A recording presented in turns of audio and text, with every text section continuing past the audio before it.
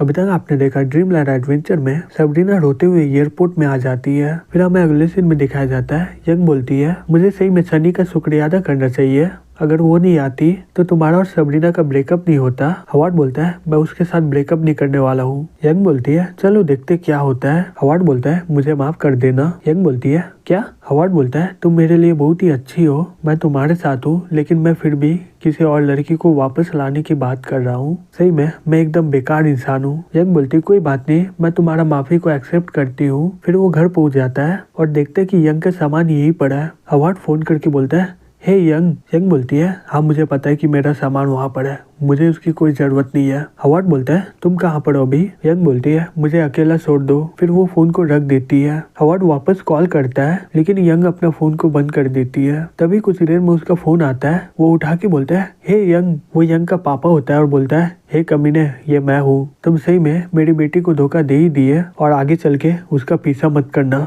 Harvard बोलता है father in law. Young का पापा बोलता है तुमने क्या बोला अभी? हवार्ड बोलता है मैं उसे ब्रेकअप करने वाला नहीं हूँ। यंग का पापा गुस्से से बोलता है तुम्हारी इतनी हिम्मत, तुम मेरी बेटी का इस्तेमाल करके आगे बढ़ना चाहते हो। हवार्ड बोलता है मैं उसे बहुत ही ज्यादा प्यार करता हूँ और इस बात में कोई भी शक नहीं है, और आप ही उसका इस्तेमाल कर रहे हो एक टूल की तरह। अगर आप सही में उसे प्यार करते तो आप अपनी बेटी को एक बूढ़े इंसान को नहीं देते। यंग का पापा चिल्लाकर बोलता है तुम्हारे पास है क्या? ना ही पैसा है, ना ही फैमिली बैकग्राउंड है, ना ही टैलेंट है, और कुछ नूडल्स के शॉप पड़े हुए तुम्हारे पास, और वो मेरे सामने कुछ भी नहीं है। हवार्ड बोलता है मैं अभी जवान हूँ और इतना भी मुश्किल नहीं है आपसे ज्यादा अमीर बनना। फिर वो फोन को रख देता है। फिर वो अपने मन में बोलता है मैं ड्रीमलैंड के मशीन से बहुत ही ज्यादा सीखा हूँ और मुझे वहाँ पर बहुत ही ज्यादा टेक्नोलॉजी के बारे में पता चला, और एक टेक्नोलॉजी यहाँ पर बनवा कर मैं बहुत ही ज्यादा अमीर बन जाऊंगा, लेकिन उससे पहले मुझे सबरीना को वापस लाना होगा। दूसरी तरफ सबरीना प्लेन में रो रही होती है। तभी एक लड़का उसे रुमाल देते हुए बोलता है ये लो। सबरीना बोलती है नहीं चाहिए मुझे।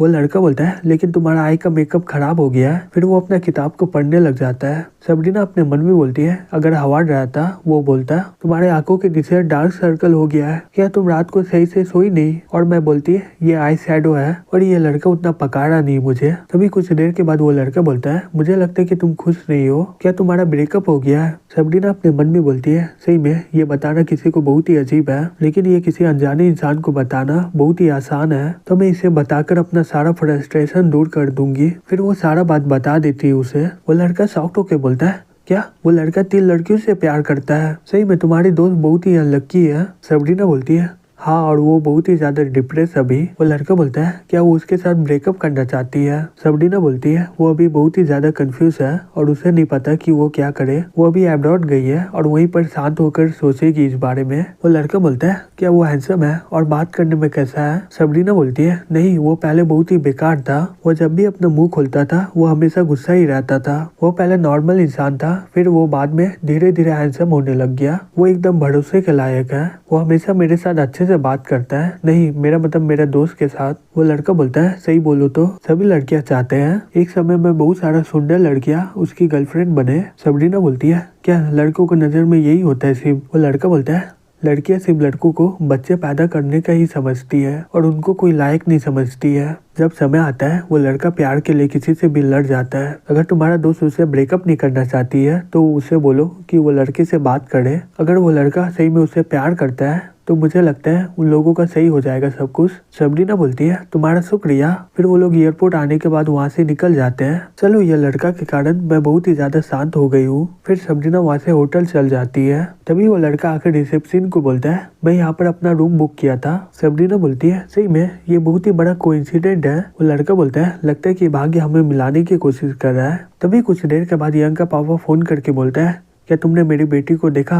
वो लड़का बोलता है हाँ अंकल, मैं देखा हूँ। यंग का पापा बोलता है मैं चाहता हूँ कि तुम आगे चलकर मेरे सन इन लॉ बनो। वो लड़का बोलता है हाँ अंकल, मैं एकदम ये कर लूंगा, ये तो मेरे बाएं हाथ का खेल है। फिर वो अपने मन में बोलता है सही में सबरीना बहुत ही ज्यादा सुंदर है। दूसरी तरफ हवार्ड पता लगाता है कि सबरीना कहाँ पर गई है। वो मिसेज जिंग को फोन करके बोलता है ओह, तुम्हें भी नहीं पता इस बारे में? ठीक है, तुम्हारा शुक्र है मिसेज जिंग। फिर वो अपने मन में बोलता है मैं उसका पता कैसे लगाऊं? दूसरी तरफ एक लड़की उस लड़के को एक जोर से थप्पड़ मार के बोलती है हे डू, चलो ब्रेकअप करते हैं, मैं तुम्हारे साथ रहना नहीं चाहती हूँ। डू बोलता है ठीक है, हम लोग ब्रेकअप कर लेते हैं। और दूसरी तरफ सबरीना बैठी होती है वहीं पर। हवार्ड लिखता है हे सबरीना, तुम कहाँ पर हो? चलो बात करते हैं। सबरीना लिखने जाती है। ओके। तभी वहाँ पर डू आ जाता है, बोलता है हाँ क्या कोइंसिडेंट है, क्या तुम भी यहाँ पर खाने के लिए आई हो? सबरीना बोलती है तुम्हारा गाल। डू बोलता है ओ ये मेरी एक्स गर्लफ्रेंड ने मारा मुझे। वो खाते हुए बोलता है वो मेरे साथ चीट कर रही थी। जब मैं उसे पहली बार दूसरे लड़के के साथ देखा,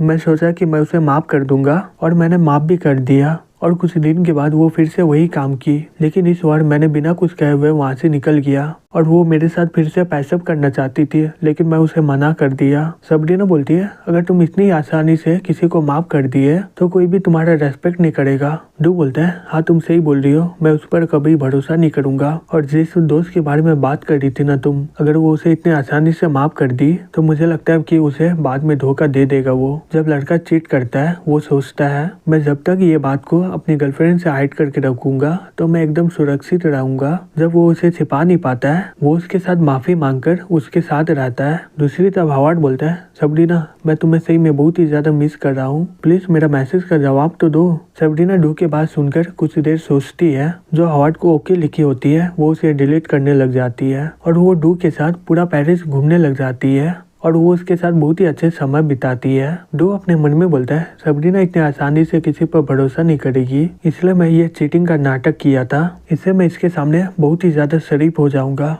और ये मुझ पर भरोसा करने लग जाएगी। दूसरी तरफ हावर्ड को एक नोटिफिकेशन आता है, उसमें लिखा रहता है क्या तुम 2 स्टार गेम को ज्वाइन करना चाहोगे? जबकि तुम्हारे साथी ने वो एग्रीमेंट साइन नहीं किया है तो वो इस गेम में नहीं आ सकती है। अगर तुम जल्दी से ये 2 स्टार वाला गेम को कंप्लीट कर दिए तो तुम अपना प्लेमेट को इनवाइट कर सकते हो, क्या तुम पार्टिसिपेट करना चाहोगे? हावर्ड बोलता है ये है मेरा पास मौका सबरीना से मिलने का। फिर वो यस में क्लिक कर देता है और वो गेम की दुनिया में पहुंच जाता है। तभी उसे महसूस होता है कि जमीन हिल रहा है। तभी जमीन से एक बड़ा सा कीड़ा निकल आता है और वो हावर्ड को देखने लग जाता है। हावर्ड अपने मन में बोलता है अगर मैं इसे जल्दी हरा दूं तो मैं सबरीना से मिल सकता हूँ। दूसरी तरफ सबरीना आराम से डू के साथ घूम रही होती है। डू बोलता है शुक्रिया सबरीना, तुम्हारे साथ रहकर मुझे बहुत ही मजा आ रहा है। सबरीना बोलती है नहीं तुम्हारा शुक्रिया, मैं तुम्हारे साथ रहकर बहुत ही ज्यादा खुश हूँ। डू बोलता है मैं सही में तुम्हारे बॉयफ्रेंड से बहुत ही ज्यादा जलता हूँ। सबरीना बोलती है क्या? डू बोलता है तुम्हारे जैसी इतनी अच्छी लड़की दुनिया में होता है क्या तुम्हारा सही में बॉयफ्रेंड है क्या? सबरीना बोलती है हाँ है। डू बोलता है जिस लड़की का बॉयफ्रेंड जिसका 3 लड़कियों का चक्कर है वो लड़की तुम नहीं ना हो। मुझे माफ करना लेकिन मुझे ये नहीं बोलना चाहिए था। मुझे लगता है कि तुम्हें उससे और अच्छा लड़का मिलना चाहिए। दूसरी तरफ हावर्ड सबरीना से मिलने के लिए वो मॉन्स्टर को हरा रहा होता है और कुछ देर में वो मॉन्स्टर को मार डालता है। दूसरी तरफ डू बोलता है मैं पहले पढ़ रहा था फॉरेन बिजनेस स्कूल में, अब मैं वापस चाइना जाऊंगा और वहाँ पर एक फेमस इंटरप्राइज को देखूंगा और मैं कंपनी में इन्वेस्ट भी करूंगा जिससे मेरा करियर और भी ज्यादा आगे बढ़ जाएगा। तो मिलते हैं एक और न्यू एपिसोड को लेकर।